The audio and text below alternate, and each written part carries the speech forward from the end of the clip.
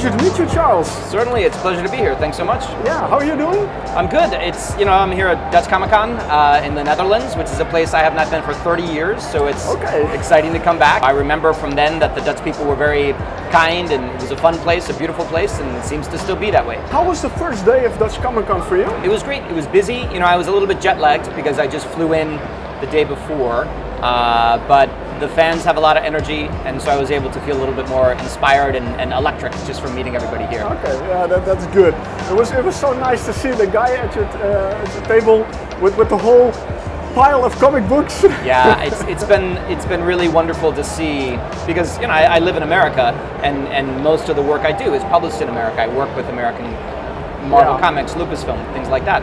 So to see people over here, whenever I'm in a foreign country, who have gone to the extra effort to get that much of my work and bring a big stack of comics to me to sign, it always makes me feel really good. That stack of work kind of illustrated my challenge when I was preparing for this interview. Yeah. Because I was looking at the things that you've done, and I had like, where do I start? Because you have done a lot of things. I want to start with maybe, I don't know if it's the most obvious one, but kind of to me it is, She-Hulk. Oh yeah, She-Hulk. I noticed that you also wrote for She-Hulk. You've also been connected to the Disney Plus series. Yes, that's true. So in 2014, one of the first jobs that really got me noticed in mainstream comics was writing a run on She-Hulk with Javier Pulido and Ron Wimberly. And it was a book about Jen Walters, who is She-Hulk, and in the story, she opens a small legal practice in Brooklyn and has adventures. And for whatever reason, that book really seemed to resonate with people. People loved it, and it took my career to a really interesting new place. And part of the reason I think it worked is because I'm a former attorney myself, and so I have a legal background, and since Jennifer Walters is a lawyer too, I think the book just felt a little bit different than other people who have written it because I was a lawyer. And so when it came time to make the television program for Disney Plus, they contacted me and asked if I would be the legal consultant for the show. So I was the person who helped them construct all the different arguments Jennifer Walters used in court, or the legal situation she found herself in, which was, really challenging because you have to make sure, law is not always exciting and interesting. Law is kind of a boring profession on purpose because that's all about details and getting things right and precision, whereas superhero TV shows need to be exciting and thrilling and have lots of action. So it was a balance between the way it would really be done in real life and trying to find a way to make it still feel pretty legitimate but be exciting at the same time. But I loved it. It was great. I was very flattered to be asked. I understand that you're not practicing law anymore? No, I'm not. I haven't been practicing since about 2017. Ultimately, the writing career took off in such a big way that I didn't really have time to do both. And I was working in a field called immigration law, which is immigration, helping people get green cards and, get married and different things like that. And it felt like it would be irresponsible for me to continue to do that job while I was also very seriously pursuing writing. So I let the immigration work slide, closed my office, and here we are today. Still, I did find it very interesting because, you had a law degree, you had your own firm, and then you moved on to writing comics. What made you go that direction? I always have loved being a creative person since I was very young. My mom had me playing the violin when I was 3. I was always writing stories. I've been playing music forever, and so I knew that having a career that didn't have a creative component to it wasn't going to be what I wanted to do. So I made the responsible choice, got a law degree, had my practice, had my office. So I was stable and doing well. But as soon as I started trying to move toward transitioning to a creative career in a way that wouldn't be irresponsible, that would still allow me to make a good living and do well and take care of the people I need to take care of. So it took a long time before I felt confident doing that. I started being a lawyer in 2000, and as I said, I only really stopped in 2017. So I did it for almost 20 years, but I don't regret any of the choices that I made because they led me to this place right here, which is a pretty good place to be. I agree with that. You started writing comics, and one of the things I noticed in your biography is several mentions of creator-owned comics. And that is something I've always noticed, because if I look at the comic books in the Netherlands, Belgium, France, those kind of countries, it's very often one or two people making them, and they come up with the whole idea. They just make them and they find a publisher. Yes. But in superhero comics, it's mostly that the characters are owned by the publisher. Yes. And then all kinds of people work on it. But you've also worked on creator-owned things. So I imagine things that you came up with yourself? Yes, that's right. For me, you have to have both, right? You need to be working, if you're going to be a comic storyteller for a long time, you need to both have a strong career in what's called licensed comics or work for hire comics. So that's working on characters like Batman or Daredevil or Luke Skywalker or Darth Vader, characters that I will never own, ever. Yeah. I won't own the stories I tell, I won't own the characters I make up and all those things. So that's half of it, because that's important, because it gives you access to an audience that will hopefully like your work and follow you to new places. And those new places are the second half of the equation, which are creator-owned comics. I've been doing that for a long time. It's where I started my career in comics. And basically, creator-owned comics are stories about characters that I create with the artists that I work with. Story ideas that we have, or I have, or they have, and then we all put it together. And I've been doing that for a long time, always along the same track as the work for hire stuff. Yeah. Right now I'm doing 3 creator-owned comics. I had 2 come out this year, one that's been coming out since 2019. The one from 2019 is called Undiscovered Country. I've been working on this with Scott Snyder and Giuseppe Camuncoli, who are both good friends of mine. The story is about basically the United States closes its borders for 30 years, and no one has any idea what happens inside. And then at the end of that time, like a message goes out saying, like an invitation saying, come see what we've done. And an expedition goes in, and it is very, very strange inside the United States. Okay. So it's about a journey discovering what's happened to the US. It's sort of science fiction, surreal, strange, but really, really, really fun and cool. So that's been coming out since 2019. We've been working on, I think, issue 23 right now. So this is well established and doing really well. So I'm excited about this one. And then this year I've had 2 new creator-owned series start. First is 8 Billion Genies with my friend Ryan Brown. We also did a series called Curse Words for Image Comics. The premise of 8 Billion Genies is that everyone on Earth gets a genie and one wish at exactly the same moment. So, as you can imagine, a lot of chaos happens immediately. Things go very, very crazy, very quickly. But there are smart people also who figure out ways to use their wishes or save their wishes to kind of protect themselves from that chaos. And it's about how the story of that proceeds through a long period of time. So that's an 8-issue series. It's sort of an apocalyptic book almost. It's like the wish apocalypse, because people wish for dinosaurs and robots and crazy things, but people also wish for safety and love and security. And so it's a nice mix to be able to tell stories that are deeply emotional, because everybody has a heart's desire, everybody has a wish, and what a person's wish is exposes a lot about them as a person. So 8 Billion Genies has been very successful. We've been very lucky with it. It's a hit comic. People seem to really like the idea of exploring that premise. And it's been great. It was optioned for a film with Amazon, so they're putting that out. Actually, Undiscovered Country was as well. There's a company called, oh my gosh, I can't believe it. I'll remember it in a moment. But Scott and I wrote the screenplay. Scott Snyder and I wrote the screenplay for Undiscovered Country. And then Ryan and I are working with Amazon to develop that into the 8 Billion Genies into a film too. So, and then the third creator-owned book I have right now, also through Image Comics, which is the best creator-owned comic publisher in the world, I think. This is called Hell to Pay. This started just a few months ago.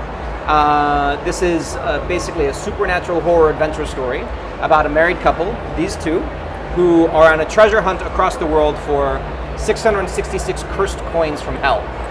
And if they can get them all, they can do something really cool. And it's about them just trying to find them. So it's fun. And the nice thing is, you can see all 3 of these stories are very different. Yeah. You have a story about, a science fiction story about sort of American politics in a way. You have a crazy, funny wish fulfillment book in 8 Billion Genies. And then you have the supernatural horror adventure in Hell to Pay. And that's why I love creator-owned comics, because I can do whatever kind of story I want to do. It's really fun. Yeah, I can imagine that. What are the things that you like to write about?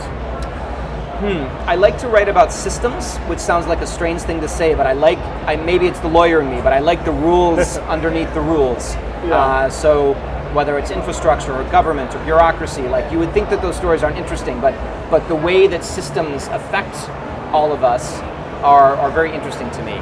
So like Hell to Pay is about money, unsurprisingly, about how money affects us all.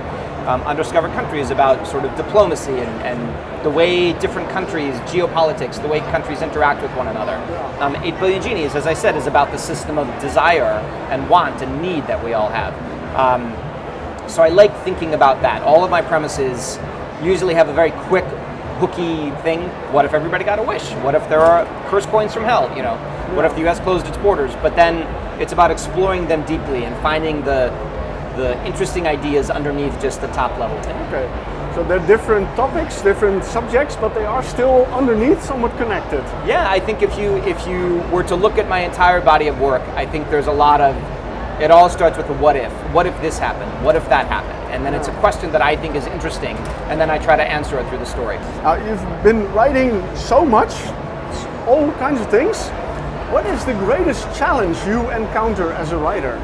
I think it's staying motivated and staying disciplined because I have a pretty vast body of work and a pretty vast body of current work that I'm working on now. So I'm always writing. I always have to be writing. It's very difficult for me to take any time away. Like I'm at this convention now, but I have a notebook at my table, so I'm working when nobody's at the table. I worked on the airplane. I will work on the airplane home. So I think that is probably the hardest thing about it is trying to stay, thrilled about the stories to avoid burnout. It's been a tough couple years for everybody in the world, and I think that hits creative people in particular because our stories come from our own energy, and if the world is draining our energy away, it's hard to create. But you mentioned a couple of your creator-owned things, but there's one name we can't leave out. Yeah. Star Wars. Oh, of course, yes. Because I noticed you've done several things with it. You worked on the main Star Wars comics, but I also noticed several limited issue stories, and I noticed that you also write a novel. Yes. Because next to the comics, you also wrote novels. Yes. So as I said, I'm an incredibly busy writer. Like I'm maybe doing more than I should, but I love it. I love the opportunities. I love the places my writing career takes me. But in Star Wars in particular, I'm writing the lead Marvel comic, which is just called Star Wars, as well as alongside it, helping to build out the larger story that's running through the Star Wars comic line right now, which is very fun. I've been working as a Star Wars writer since 2015. So I've been doing I've done many series for them. Yeah. I've also been part of a big new chunk of Star Wars called the High Republic, which is set about 200 years or so before Episode 1, which means you have all new characters, all new Jedi. It's basically a golden age for Star Wars. So the Jedi are very strong, very confident, very cool, and they wear really cool uniforms. So I was one of the 5 writers who designed and built that whole era from the ground up. And I wrote the first project in that series, which is a novel called Light of the Jedi, which was very successful. It debuted at #1 on the New York Times bestseller list. It sold many copies and brought a lot of people into the High Republic, which has been really wonderful and gratifying. So we basically have a prequel to the prequels. Yes, that's it. Although it's way before. So So you're not gonna see storylines that you're familiar with from later, which is on purpose because we wanted readers to be able to jump in fresh and not have to worry if they're missing something or not understanding something. And we as writers also wanted to be free because doing this means that we don't have to be concerned with Darth Vader and where he was or what was happening, all these elements that we're also familiar with from the existing stories we didn't have to think about.